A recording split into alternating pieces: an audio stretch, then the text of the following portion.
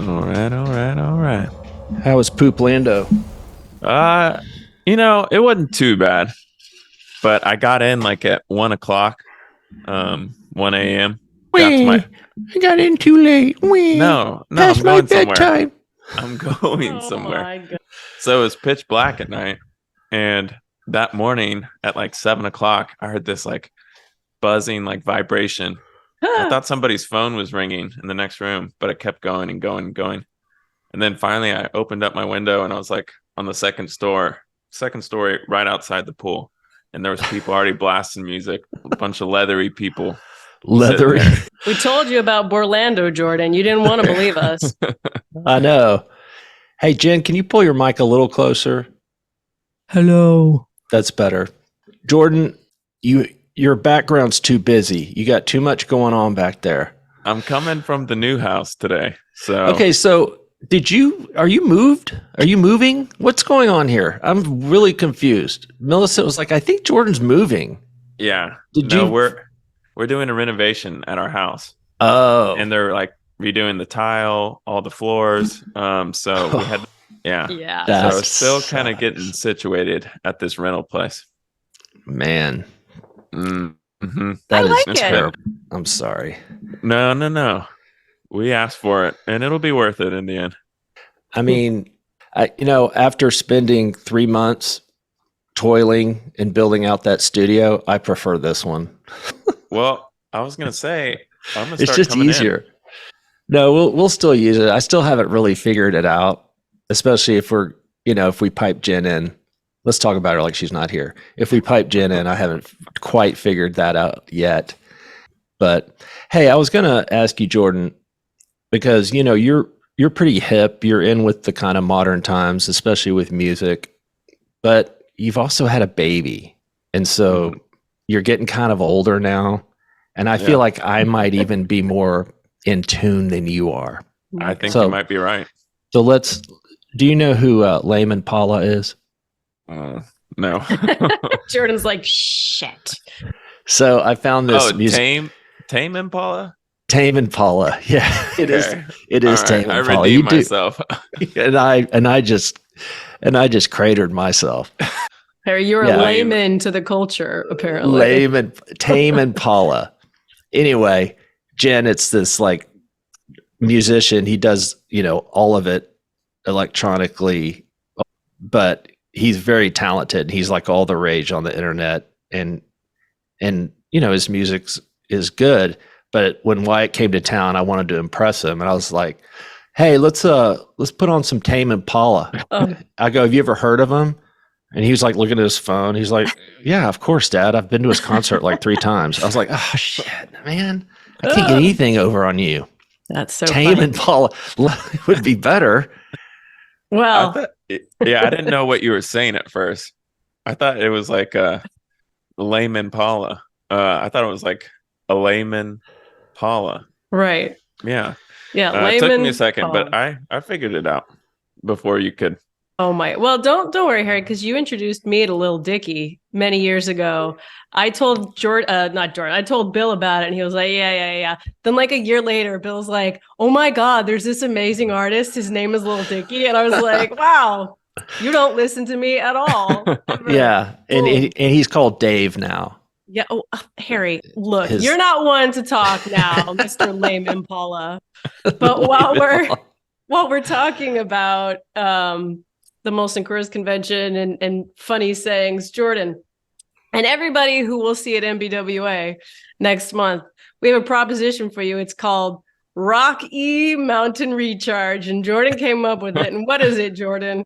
The Rocky Mountain Recharge. It is half Coors Light, half Zoa.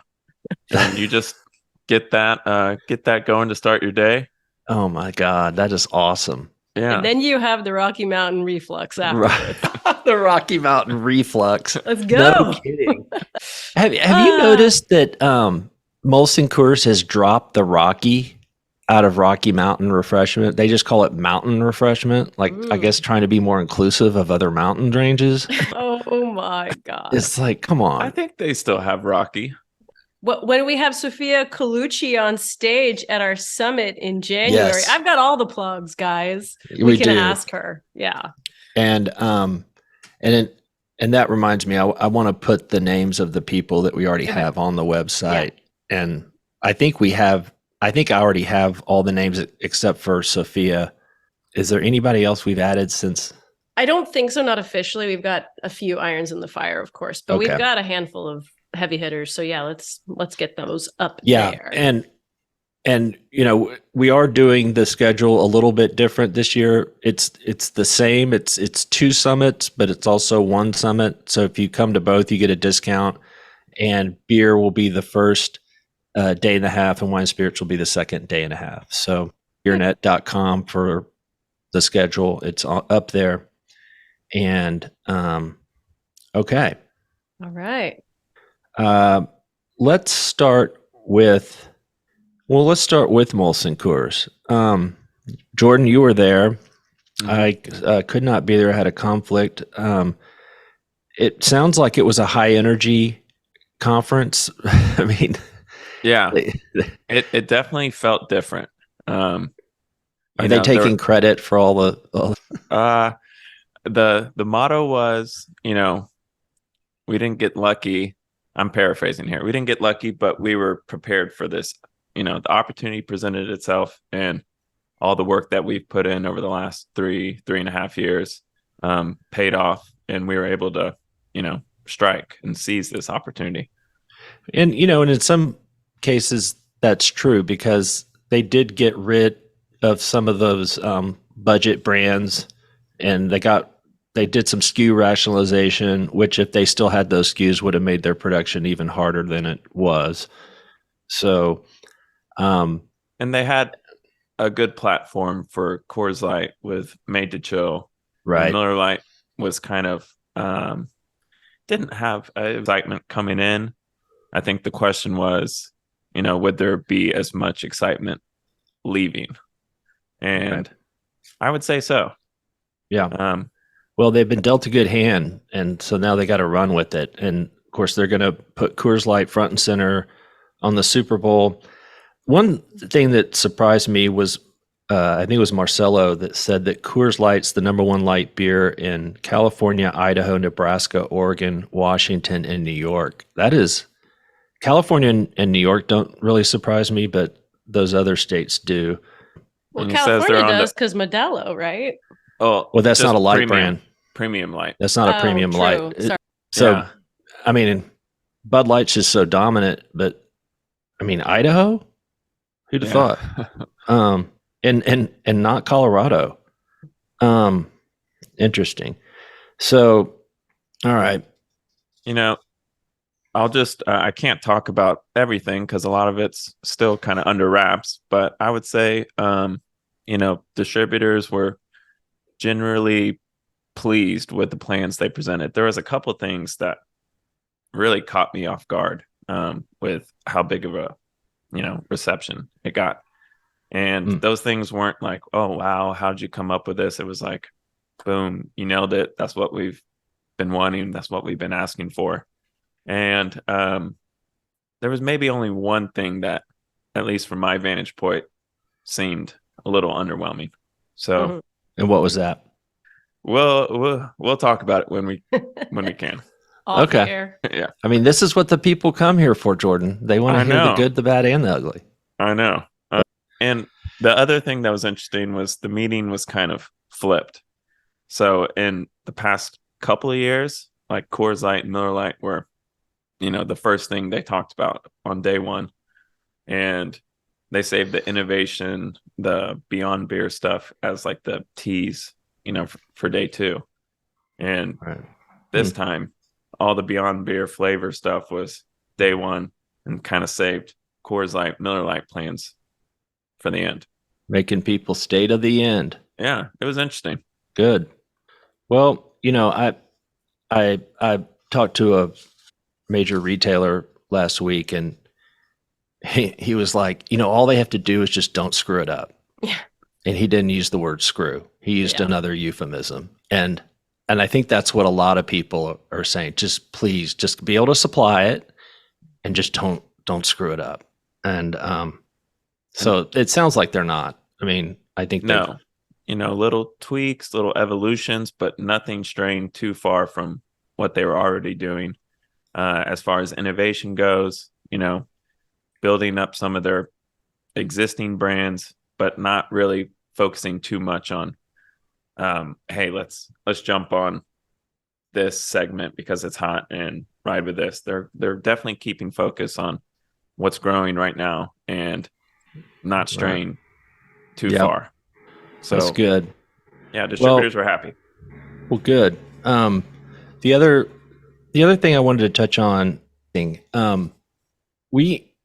it's funny because some people, I'm talking about distributors now. Some distributors, they want to take a fall price increase, and a lot of them think we shouldn't because we're just pushing more people to spirits. And it's kind of half and half. And as far as I can tell, nobody is really taking price increases. The couple of letters I've seen, they've already rescinded them. So it's not, I think everybody's holding pat for at least the fall. Suppliers, right? Suppliers. Yeah. Yeah. And, even with the hot hand that Molson Coors has been dealt, they probably could take pricing, but that's not in their DNA because they've never led on pricing except maybe in Chicago. So, I think they said they'd spot some prices on some packages, but I don't see a GI in the fall. Maybe we'll have one in the spring. I think, I think craft brewers need a price increase. I think, because the costs have gone up so much with inflation, and the big brewers can absorb those a lot more easily than the small brewers can. So, but Constellation's never been a big first mover in price. And so, AB's certainly not in a position to do it. Right. Yeah. Molson Coors said they're going to take, a price increase. They didn't really give too many details in the fall. But he said 1 to 2, right? Like more traditional. He said that he thinks next year you'll see it revert back to the traditional 1 to 2, but he didn't give details on this fall price increase. I need to re-listen to that that was from Barclays, right? I need to re-listen because he kind of, to me, fudged the fall and the spring because he mentioned fall and then he gave like 1 to 2, and it was like maybe he's just providing some cover to be flexible. Yeah, for 2024. But if they're not taking a big price increase next year, and then I mean, they already have tough comps to cycle next year. And then if they keep pricing going too, with not as heavy pricing next year, it's going to be even more difficult. So, right, and of course, and that's the price increases last year have kind of screwed up the package mix dynamic as well. Like we've said on this podcast, like 12 packs are dead. Nobody's buying 12 packs because of the way they're priced right now. And so people are moving to smaller packages or a 30 pack, and then you have draft, which is not a bargain so much anymore for on-premise operators. And it's really getting hurt. You guys interviewed Dan Vorlage at MicroStar. And because, our distributor survey, that's a big issue for those guys, is that we're just not seeing the return of draft since the pandemic. And I think part of it is not just pricing. Part of it, I think, is just people being gun shy. They remember what happened in 2020 when we had to bring hundreds of thousands of kegs in. It was such a nightmare that everybody's like, hi, I don't know if we need 20 taps in here, because if this thing shuts down again, it's just a nightmare. And I think that plays into it. Yeah. And operators too. Sometimes they find it's more simple just to bring in a special package and blow through that than all the logistics of bringing on a special keg or whatnot. I've heard that from retailers too. So it's going to take a lot of money to fix the draft problem. That's for sure. Yeah. Yeah. And I agree with Dan 100% that it is our differentiating factor. It's it's pretty much beer only, a little bit of wine and margaritas and shit. But it really is a beer centric package, and it's economical. It's green. It's a great volume package, but it's tough right now. And then, of course, some suppliers can't even get you draft. So, Yeah. The largest one, Modelo. And they have all the taps tied up too. Yeah, and that's a rough thing. We reported on Heineken building a new brewery in Yucatan. It seemed like it was for the Mexican market, but I'm wondering if that will relieve their other breweries there so that they can get more supply of Dos Equis up to the U.S. because that's been an issue as well. Supply has just been a bitch since COVID, and then last year it started to get a little better, but it's just been spotty, All right, well, let's talk about A-B, their EAM meeting. Jen, you covered that very well. Don't call it a comeback. Don't call it a clawback. Oh man. Honestly, I think it's the right things that they're doing. I think Mick Ultra, Bud Light's been down 30% since May. It's not moving. Until next year, until they cycle the comps. Exactly. Right? I mean, those drinkers are gone. So you might as well focus on something else. And I think something else is Michelob Ultra. And one retailer told me that he wouldn't be surprised if they repositioned Mick Ultra at Bud Light pricing. I don't know if that's in the cards, but I think that would be silly, because wouldn't they want to keep their premium pricing? Like, I think that would kind of be I would think so, but they're missing out on a lot of tri-brand ads, meaning Miller Lite, Coors Light, Bud Light. That's traditionally grocery stores on their weekly ads. They'll put those three together. Yeah. And then now they're taking out Bud Light, and they need something to put in that spot. And then also Busch Light is such a workhorse brand. It makes sense for them. What takeaways did you get from that, Jen? Well, so it was an hour-and-a-half meeting because they said, based on wholesaler feedback, but of course it made sense for it to be a digital format, right? So that they could just do the talking in a very tight 1.5 hours. And also it pre-runs a lot of the state wholesaler meetings that they're about to have too. So for not wanting redundancy, they did it virtually. A couple themes come back, like you said. The plan per Kyle Norrington is who got the most screen time, by the way. I think they'll recover with Bud Light and Budweiser and reignite the momentum on Mick Ultra and Busch Light, right? I think ignite and reignite is like the new authenticity as a buzzword. But anyway, so in terms of what this comeback really entails, I didn't hear a lot of real tangibles, but again, they're going to have those regional meetings, and then there's some consumer research that kind of differentiates some cohorts that I can't get into because that's proprietary, and that's another part of the comeback. But it's also like the passion points they've been talking about with Bud Light, like football and country music and that sort of thing. And notably, Kyle, mentioned the ads and said it's having significant impact with consumers, which, all the ad rags would disagree, because the NFL is some of the most expensive real estate you can buy on TV, right? And it's not moving the trends. But Kyle says they've seen over a 10% improvement in their national share performance in the last month. And as we well know, keeping Bud Light out of the media cycle seems to be a huge part of this comeback too, or trying to. And they say that media coverage has steadily declined since July, and it's dissipated on social media. And so now it's time for the clawback. But so to the point of Mick Ultra, that was probably the most interesting part to me, because like we've said before on this show, that the EAM meeting a year ago, before all this Dylan Mulvaney stuff, they already had expected Mick Ultra to surpass Bud Light in the next 5 years. And so big news, Mick Ultra, they signed a landmark global deal with the NBA that gives them unprecedented courtside visibility. Every nationally televised game, they'll have the logo on both ends of the hardwood, whether they sponsor the team or not. They're evolving the Ultra message to wonderful. Anyway, doorbell approved. They're evolving Ultra to be like social athlete. That's the whole new thrust, social athlete. I'm not sure I completely understand it, but I feel like it differs from the other message, which was like, it's only worth it if you enjoy it.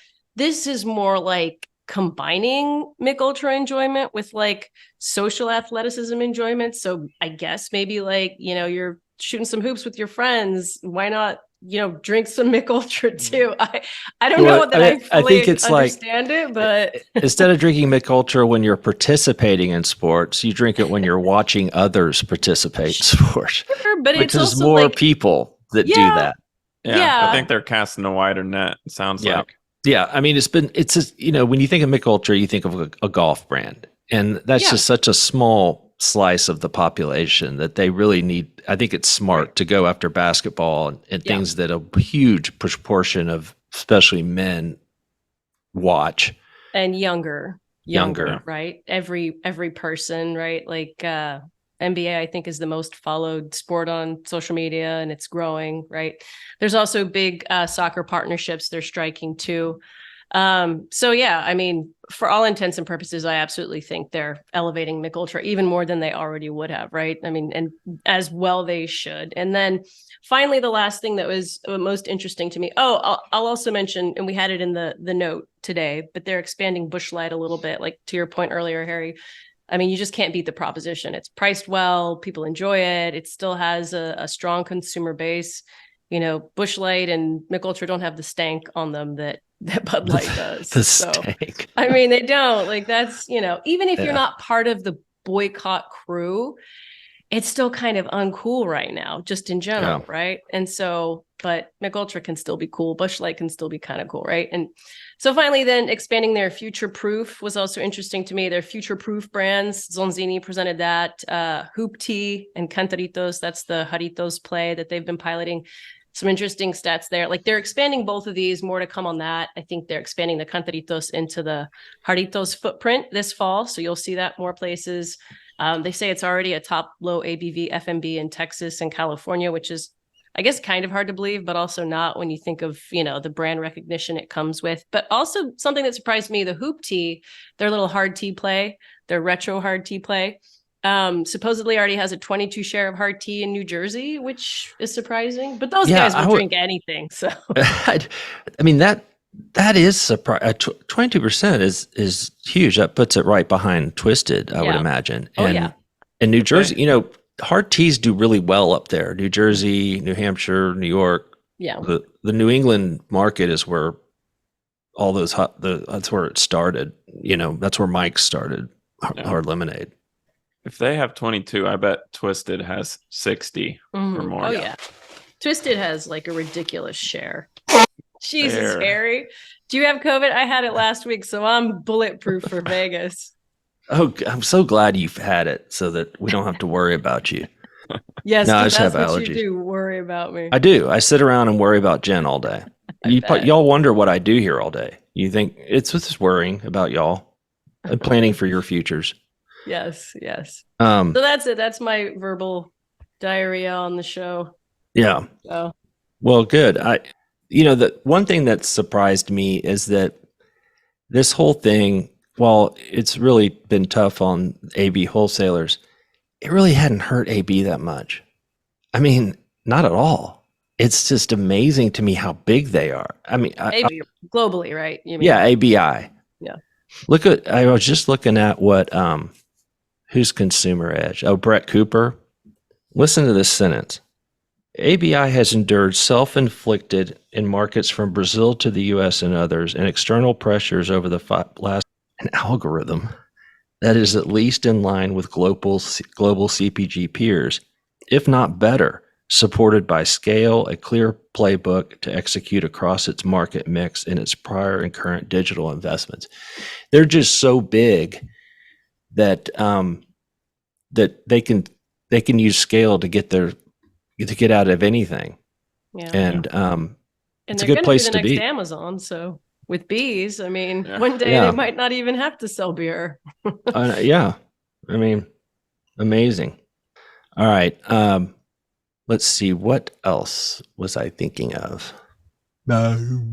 Those fish that sit at the bottom of the ocean? And they just go, Yeah, with the little Yeah. thing on the head and the Yeah. big old jagged teeth. Yeah, you do that well, Harry. Those fuckers are so weird. They like lampreys or no? I forget. God. I forget. There's so much in the ocean that we don't know about. Why are we going to Mars? We I know, don't even that's the know our own scariest. planet. Yeah. That's Yeah. super scary down there. Right? And then the method of getting down there in a little tiny submarine. Why would you Sounds like ever my do worst that? nightmare. Yeah. Jordan, you know what my worst nightmare is? Crashing like that one plane, and then my body is down there forever, that far down. Oh, it'll get eaten Oh, before it gets The down there. F-35. Yeah. That's Or the tough. one from France forever ago that I don't know. Well, there's a few that have ended up down there. It's still the safest mode of transportation. Yeah. No, Commercial. when I was well, before, so I went to a brew meeting in California 2 weeks ago, and I think the plane is where I got the COVID. But anyway, right before I left, I listened to the daily podcast from the New York Times. The theme was like, commercial airplanes get way too close to each other, far more than the general public knows. And I was like, are you kidding me? I leave in an hour. It was awful. I mean, they get close, but they don't hit each other that often. That's true. true. But what about that F-35? How do you lose a jet? They're like, they put out on Facebook, like, can you all help us find the jet? I'm like, what? Wait, what? Please. They don't have an Apple tag on there or something? It's an $85 million jet. Yeah, put an Apple tag on it, dumbasses. Good Lord. Can you help us find the jet? And then why? There's so many questions that we need. Why did he eject when it was still flying fine? That's a question I have. It was on autopilot. That's why it didn't go down. It just kept flying. Yeah. And then somebody was like, I think it landed in Cuba. I was like, the plane isn't that smart just to go land. Oh, here's an island. I'll go land there. There's something we don't know. I know. And then and then there's UFOs being displayed in the Mexican Congress. Has the world lost its fucking mind? I mean, yeah. Those do look like aliens. They look ET-ish. They do, but that's suspicious, right, Jordan? I mean, they look a little too much like a Hollywood prop. Right, right. And the guys are, by the way, he presented fake aliens like 5 years ago. This isn't the first time he's done this, but why would they let him trot it through Congress? It's just, I feel like it's all distractions. They're trying to distract us from something that's really going on. All the governments and the billionaires. All the governments. They're all in cahoots. And Soros. Yeah. And Soros. All of them. Epstein from hell. Yeah. Anyway, well, good. I'll be in Chicago next week. And hey, good. Because Rodney had reached out. He's looking forward to seeing you. So, yes. Yeah. We've never met. So I'm looking forward to meeting him. And he is He'll be also speaking at our summit, yes. Yep. He'll be there. And great. All right. Well, if that's all we have, then we'll shout at you next week. And don't forget, tickets are on sale now for the Beer, Wine, and Spirit Summit. You can come to one or the other or both and get a discount. Go to beernet.com to get those tickets. And we do have a early bird discount as well that ends at the end of this month, September. So you only have about a week. So be sure, and even if you think you're coming, just go ahead and buy the ticket now. All right, guys, we'll see you next week and have a good weekend. All right. Thank you. See ya.